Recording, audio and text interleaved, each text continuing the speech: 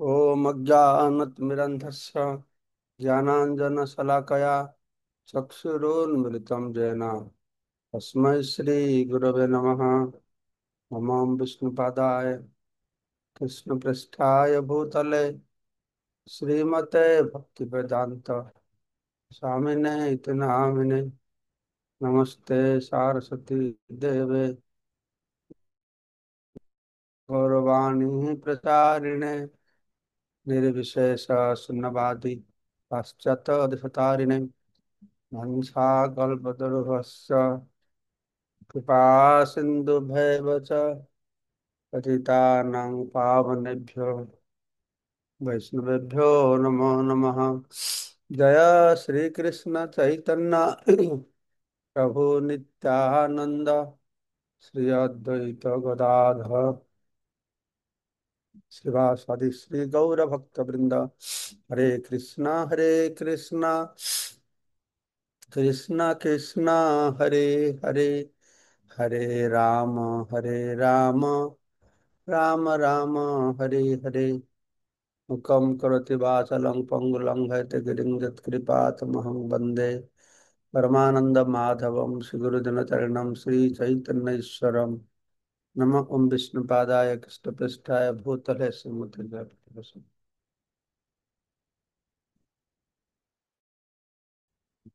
তো আজকে আমি 6:30টায় ক্লাস শেষ করে দেবো। কেননা আমার একটা জায়গায় যেতে হবে, 6:30টায় বেরোতে হবে। তো শুধু গীতা পাঠ হবে, চৈতন্য চরিতামৃত পাঠ আজকে হতে সময় হবে না। ঠিক আছে? হ্যাঁ। তো ভগবান শ্রীকৃষ্ণ ওনার মহিমা বর্ণনা করলেন বিভূতি। তো বিভূতি শ্রবণ করে অর্জুন তাঙ্কর বক্তব্য রাখলেন। তিনি বললেন যে সে ତାଙ୍କର ବିଭୂତି ସେବନ କରିକି ଅର୍ଜୁନ କହିଲେ ଯେ ଆପଣ ଯାହା ସବୁ କହିଲେ ମୁଁ ତାକୁ ସତ୍ୟ ବୋଲି ଗ୍ରହଣ କରୁଛି। ଆଉ ତୁମକୁ ଦେବତା ଦାନବ ମାନେ ତୋର ବ୍ୟକ୍ତିତ୍ୱକୁ କେହି ଜାଣିପାରିବନି। ଯଥାର୍ଥ ରୂପରେ ପୂର୍ଣ୍ଣ ମାତ୍ରାରେ ବ୍ୟକ୍ତି କେହି ଜାଣିପାରିବେନି। ତ 15 ନମ୍ବର ଶ୍ଲୋକରେ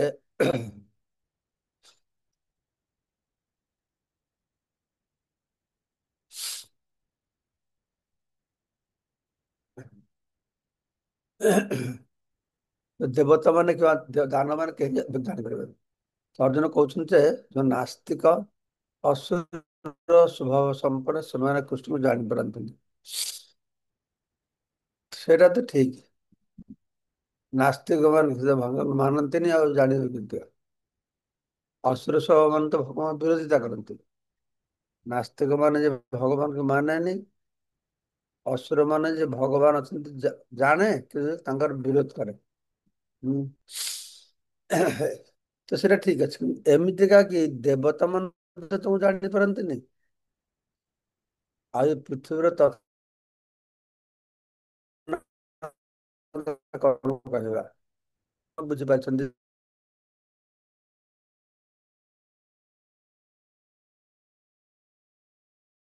ଶ୍ରୀକୃଷ୍ଣଙ୍କର କୃପାରେ ହିଁ ଭଗବାନଙ୍କୁ ଜାଣି। ସେଥିପାଇଁ ସମସ୍ତେ ଭଗବାନଙ୍କୁ ମାନୁନାହାନ୍ତି, ଭଗବାନଙ୍କ ବିରୋଧିତା କରୁଛନ୍ତି, ଭଗବାନଙ୍କର ଆତ୍ମସମର୍ପଣ କରୁନାହାନ୍ତି। ଏଥିରେ ତ ଆଶ୍ଚର୍ଯ୍ୟ ହେବାର କିଛି ନାହିଁ। କେମିତି କହିବେ? ମୂଳ କଥା ହଉଛି ଭଗବାନଙ୍କୁ ମାନିବାକୁ ଗଲେ ତ ଭଗବାନଙ୍କ କୃପା ଦରକାର। ଭଗବାନଙ୍କ କାହା ଉପରେ ହବ ନ ହବ ଆମେ କେମିତି ବୁଝିବା? ତ ଭଗବାନଙ୍କ କୃପା କାହାରି ଉପରେ ହିଁ ହବ। ତାହେଲେ ଜୀବ କେମିତି ଉଦ୍ଧାର ପାଇବେ? ନା ଭଗବାନ କାହାକୁ କୃପା କରିବାକୁ ଆସିବେନି। ତାହେଲେ କଣ ହବ ନା, ଯେ କାହାକୁ କୃପା ହବ, କିଏ ଭକ୍ତ ହବ କିଏ ଭକ୍ତ ହବନି, ତାହେଲେ ଭଗବାନଙ୍କ ଭିତରେ ବୈଷମ୍ୟ ଦୋଷ ଆସିଯିବ। ସେଥିପାଇଁ କଣ କଲେ, ଭଗବାନ ଏଇ ଦାୟିତ୍ୱଟା ତାର ଭକ୍ତକୁ ଦେଇଦେଲେ। ଭକ୍ତ ଯାହାକୁ କୃପା କରିବ, ଭଗବାନ କୃପା ତା ପଛ ପଛରେ ଯିବ। ତାହେଲେ ଭଗବାନଙ୍କର କିଛି ଦୋଷ ନାହିଁ ସେଥିରେ। ତ ତେଣୁ ସମସ୍ତେ ଅର୍ଜୁନଙ୍କ ମାର୍ଗ ଅବଲମ୍ବନ କରିବା ଉଚିତ। ହୁଁ। ଯେମିତିକା ଅର୍ଜୁନ ଗ୍ରହଣ କରିଲେ ଯେ କୃଷ୍ଣ ହଉଛନ୍ତି ପରମ ବ୍ରହ୍ମ, ସେ ଭଗବତ ଗୀତାର ପ୍ରମାଣକୁ ସେ ଗ୍ରହଣ କଲେ। ଚତୁର୍ଥ ଅଧ୍ୟାୟରେ ବର୍ଣ୍ଣନା କରାଯାଇଛି ଯେ ଭଗବତ ଗୀତାକୁ ବୁଝିବାକୁ ଯେଉଁ ଗୁରୁ ଶିଷ୍ୟ ପରମ୍ପରା ଦରକାର ତାହା ନଷ୍ଟ ହୋଇଯାଇଛି। ତେଣୁ ଶ୍ରୀକୃଷ୍ଣ ଅର୍ଜୁନଙ୍କ ସହିତ ସେ ଗୁରୁ ଶିଷ୍ୟ ପରମ୍ପରାକୁ ପୁଣି ଯୋଡ଼ିଲେ। କାହିଁକି ନା ସେ ଅର୍ଜୁନଙ୍କୁ ତାଙ୍କର ଜଣେ ଅନ୍ତରଙ୍ଗ ବନ୍ଧୁ ଭକ୍ତ ବୋଲି ବିଚାର କଲେ। ଭକ୍ତ ସୀମା ସଖା ଚେତି ରହସ୍ୟମୟ ଏତଦ୍ ଉତ୍ତମ। ତେଣୁ ଆମେ ମୁଖବନ୍ଧରେ କହିଛୁ ଯେ ଭଗବତ ଗୀତାକୁ ଏଇ ଗୁରୁ ଶିଷ୍ୟ ପରମ୍ପରା ମାର୍ଗରେ ବୁଝିବାକୁ ପଡିବ। ଯେତେବେଳେ ସେ ଗୁରୁ ଶିଷ୍ୟ ପରମ୍ପରା ଭାଙ୍ଗି ଯାଇଥିଲା, ସେତେବେଳେ ଭଗବାନ ସେ ପରମ୍ପରାକୁ ପୁନର୍ଜୀବିତ କରିବା ନିମିତ୍ତ ଅର୍ଜୁନକୁ ପୁନର୍ବାର ଗୁରୁ ଶିଷ୍ୟ ପରମ୍ପରାରେ ବୁଝିବାକୁ ଚେଷ୍ଟା କଲେ ବୁଝି ହବ ଯଥାଯଥ ଭାବରେ। ଶ୍ରୀକୃଷ୍ଣ ଯାହା ସବୁ କହିଲେ ଓ ଅର୍ଜୁନ ଗ୍ରହଣ କରିଲେ, ଏସବୁକୁ ଯଥାର୍ଥ ରୂପରେ ଅନୁକରଣ କରିବା ଉଚିତ। ମୁଁ ଏ କଥା କାଲି କହିଥିଲି। ଭଗବତ ଗୀତା ଯଥାର୍ଥ ମାନେ କୃଷ୍ଣ ଯେଭାବେ କହିଲେ ଅର୍ଜୁନ ଯେଭାବେ ଗ୍ରହଣ କରିଲେ, ସେଇଟା ହଉଛି ଭଗବତ ଗୀତା ଯଥାର୍ଥ। ତାହେଲେ ଆମ୍ଭେମାନେ ଭଗବତ ଗୀତାର ତତ୍ଵକୁ ବୁଝିପାରିବା। ପୁନଶ୍ଚ ବୁଝିପାରିବା ଯେ ଶ୍ରୀକୃଷ୍ଣ ହିଁ ପରମ ପୁରୁଷ ଭଗବାନ। ଭଗବତ ଗୀତାର ତତ୍ଵକୁ ବୁଝିବା ମାନେ କଣ? ଭଗବାନ ଗୀତା ତତ୍ଵକୁ ବୁଝିକି ଅନେକ ଗୀତାର ଭିତ୍ତିରେ ମୋଟିଭେସନାଲ ଲେକ୍ଚର ଦଉଛନ୍ତି ବିଭିନ୍ନ ପ୍ରକାର କଥା। ରାଜନୈତିକ ମାନେ ତାଙ୍କ କାମରେ ଲଗାଉଛନ୍ତି, ସମସ୍ତେ ଭଗବତ ଗୀତା କାମରେ ଲଗାଉଛନ୍ତି। କିନ୍ତୁ ସେଇଟା ଭଗବତ ଗୀତାକୁ ବୁଝିବା ହେଲାନି। ତ ଆଂଶିକ ଟିକେ ବୁଝିଲେ, କିନ୍ତୁ ଭଗବତ ଗୀତା ତତ୍ଵ ତ ବୁଝିବାକୁ ଯେ ବୁଝିଛି କେମିତି ଜାଣିବା ନା କୃଷ୍ଣ ପରମ ପୁରୁଷ ଭଗବାନ ଯିଏ ବୁଝିପାରିଛି। ତ 15 ବର୍ଷ କହୁଛି ସ୍ୱୟଂ ଏବ ଆତ୍ମନା ଆତ୍ମାନଂ ବ୍ୟର୍ଥତ୍ୱଂ ପୁରୁଷୋତ୍ତମ ଭୂତ ଭାବନ ଭୂତେଶ ଦେବ ଦେବ ଜଗତପତେ। ଏଟା ଅର୍ଜୁନଙ୍କର ଉକ୍ତି। ସ୍ୱୟଂ ମାନେ ତୁମେ ନିଜେ, ଏବ ନିଶ୍ଚିତ ଭାବରେ, ଆତ୍ମନା ଆତ୍ମାନଂ, ଆତ୍ମନା ମାନେ ଆପଣଙ୍କ ଦ୍ଵାରା, ଆତ୍ମାନଂ ମାନେ ଆପଣଙ୍କୁ ନିଜକୁ, ବ୍ୟର୍ଥ ମାନେ ଜାଣିବା ଜାଣନ୍ତି। ତ୍ୱଂ ପୁରୁଷୋତ୍ତମ, ହେ ପୁରୁଷୋତ୍ତମ, ଭୂତ ଭାବନ, ହେ ପ୍ରତ୍ୟେକର ପ୍ରତ୍ୟେକଙ୍କର ମୂଳ କାରଣ ଭୂତ ଭାବନ, ଭୂତେଶ ପ୍ରତ୍ୟେକଙ୍କର ପ୍ରଭୁ, ଦେବ ଦେବ ଦେବତା ମାନଙ୍କର ପ୍ରଭୁ, ଜଗତପତେ ସମଗ୍ର ବ୍ରହ୍ମାଣ୍ଡର ଜଗତର ପ୍ରଭୁ। ଏ ଶ୍ଲୋକରେ ଅର୍ଜୁନ କହୁଛନ୍ତି ବାସ୍ତବିକ ଆପଣଙ୍କ ଶକ୍ତି ସାହାଯ୍ୟରେ କେବଳ ଆପଣ ହିଁ ଆପଣଙ୍କୁ ଜାଣନ୍ତି। ତାଙ୍କ ଶକ୍ତି ସାହାଯ୍ୟରେ ଯେ ଆମେ ଜାଣିପାରିବା କେବଳ ତା ନୁହଁ, ଭଗବାନ ବି ନିଜକୁ ଜାଣୁଛନ୍ତି ତାଙ୍କ ଶକ୍ତି ମାଧ୍ୟମରେ। ଆମେ ଭଗବାନଙ୍କୁ ଜାଣିପାରିବା ଭଗବାନଙ୍କ ଶକ୍ତି ମାଧ୍ୟମରେ, ଭଗବାନ ନିଜକୁ ଜାଣିପାରିବେ ତାଙ୍କ ଶକ୍ତି ମାଧ୍ୟମରେ। ସେଥିପାଇଁ ଏଠି କହିଲେ ସ୍ୱୟଂ ଏବ ଆତ୍ମନା ଆତ୍ମନ ବ୍ୟର୍ଥ। ଆତ୍ମନା ନିଜ ଦ୍ଵାରା ନିଜକୁ ସେ ଜାଣିବେ। ଆଉ କେହି ଯଦି ତାଙ୍କୁ ଜଣେଇଦବ ତାକୁ ନୁହଁ, ଆମକୁ ଯଦି ଆଉ ଜଣେ ଜଣେଇଦେବେ, ତାଙ୍କ ଭକ୍ତ ଜଣେଇଦେବେ, ଭଗବାନ ଜଣେଇଦେବେ। କିନ୍ତୁ ଭଗବାନ କେମିତି ଜାଣିବେ ନା ସେ ନିଜକୁ ନିଜେ ଜାଣିବେ ଦ୍ୱାରା।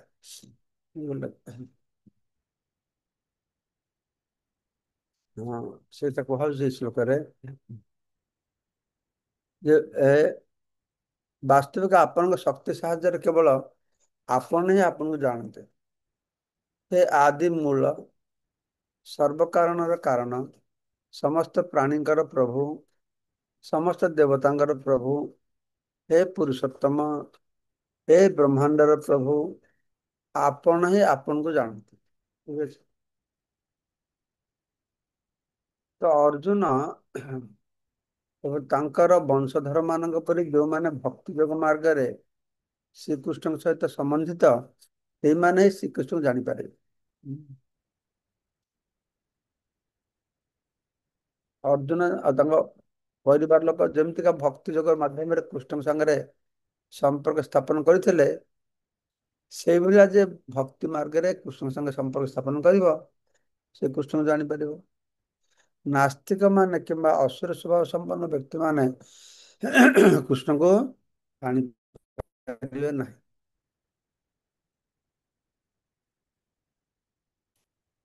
ଯେଉଁ ମାନସିକ ଚିନ୍ତା ବ୍ୟକ୍ତିକୁ କୃଷ୍ଣଙ୍କ ଠାରୁ ଦୂରେଇ ନେଇଯାଏ, ତାହା ଏକ ମହାନ ପାପ ଅଟେ।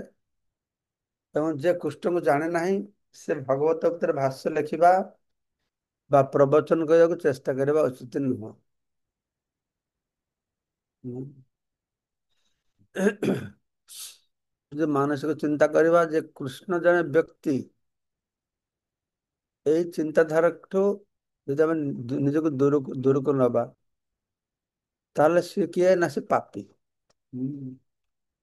ଆଉ କୃଷ୍ଣଙ୍କୁ ଜାଣିନି, କୃଷ୍ଣଙ୍କୁ ପ୍ରାଧାନ୍ୟ ଦଉନି, କୃଷ୍ଣଙ୍କୁ ସମର୍ପଣ କରିନି, ତାହେଲେ ସେ ଗୀତା ଉପରେ ପ୍ରବଚନ ଦେବା ଠିକ ନୁହଁ, ବା ଭାଷ୍ୟ ଲେଖିବା ତା ଠିକ ନୁହଁ। ଏବଂ ତାର ଭାଷ୍ୟ ଶୁଣିବା ବି ଠିକ ନୁହଁ, ତାର ପ୍ରବଚନ ଶୁଣିବା ବି ଠିକ ନୁହଁ। କାହିଁକି ନା ଗୀତାର ଅସଲ ଅର୍ଥ, ଅସଲ ଉଦ୍ଦେଶ୍ୟ ସେ ଲୋକମାନଙ୍କ ପାଖରେ ପ୍ରକାଶ କରୁନାହିଁ।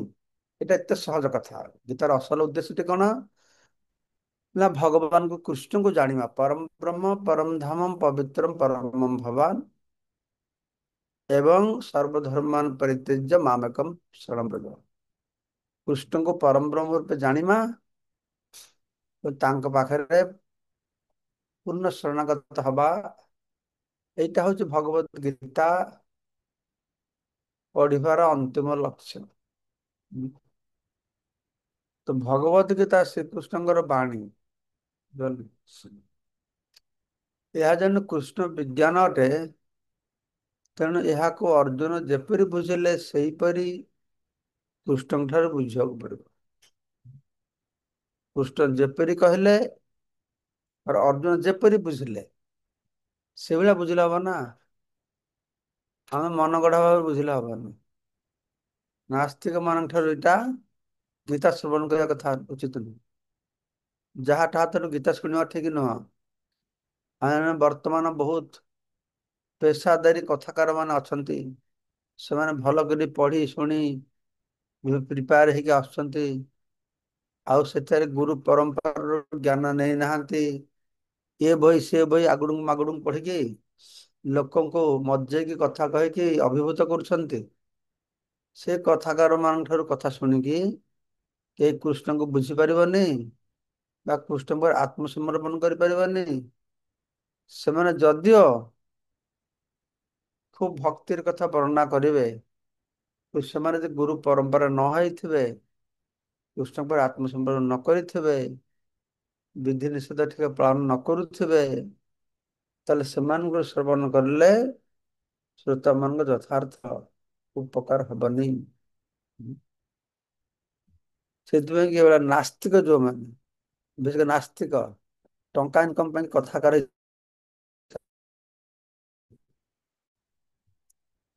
ଲାଭ ପୂଜା ପ୍ରତିଷ୍ଠା ପାଇବାର ଉଦ୍ଦେଶ୍ୟରେ କରୁଛନ୍ତି, ସେମାନ ଠାରୁ ଗୀତା ଶ୍ରବଣ କରିଲେ ଆମର ଉନ୍ନତି ହବ ନାହିଁ। ତ ପରମ ସତ୍ୟକୁ ତିନି ଭାବରେ ଅନୁଭୂତ ହୁଅନ୍ତି। ଆମେ ଶୁଣିଛେ ବ୍ରହ୍ମେତି ପରମାତ୍ମା ଇତି ଭଗବାନ ଇତି ଶବ୍ଦତେ। ପରମ ପୁରୁଷ ଭଗବାନଙ୍କୁ ନିର୍ବିଶେଷ ବ୍ରହ୍ମ ରୂପରେ, ହୃଦୟ ସ୍ଥିତ ପରମାତ୍ମା ରୂପରେ ଏବଂ ସର୍ବଶେଷରେ ପରମ ପୁରୁଷ ଭଗବାନ ରୂପରେ। ହଁ। ତେଣୁ ସର୍ବଶେଷ ସ୍ତରରେ ପରମ ସତ୍ୟକୁ ବୁଝିବାକୁ ଗଲେ ବ୍ୟକ୍ତିକୁ ପରମ ପୁରୁଷ ଭଗବାନଙ୍କ ପାଖକୁ ଯିବାକୁ ହବ। ବ୍ରହ୍ମ ଜ୍ୟୋତିରେ ଅଟକି ଗଲେ ହବନି। ପରମାତ୍ମାକୁ ଉପଲବ୍ଧି କଲେ ହବନି। ଭଗବାନ ପାଖରେ ଆତ୍ମସମର୍ପଣ କରିବାକୁ ପଡିବ। ଏକ ମୁକ୍ତ ଏବଂ ଏପରିକି ଏକ ସାଧାରଣ ଲୋକ ମଧ୍ୟ ନିର୍ବିଶେଷ ବ୍ରହ୍ମ କିମ୍ବା ହୃଦୟସ୍ଥ ପରମାତ୍ମାକୁ ଅନୁଭବ କରିପାରେ।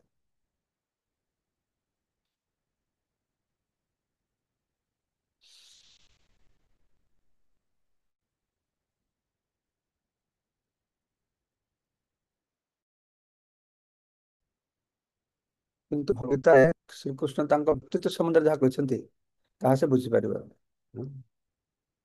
ବ୍ରହ୍ମ ପରମାତ୍ମା ଜାଣିଲେ ହବନି,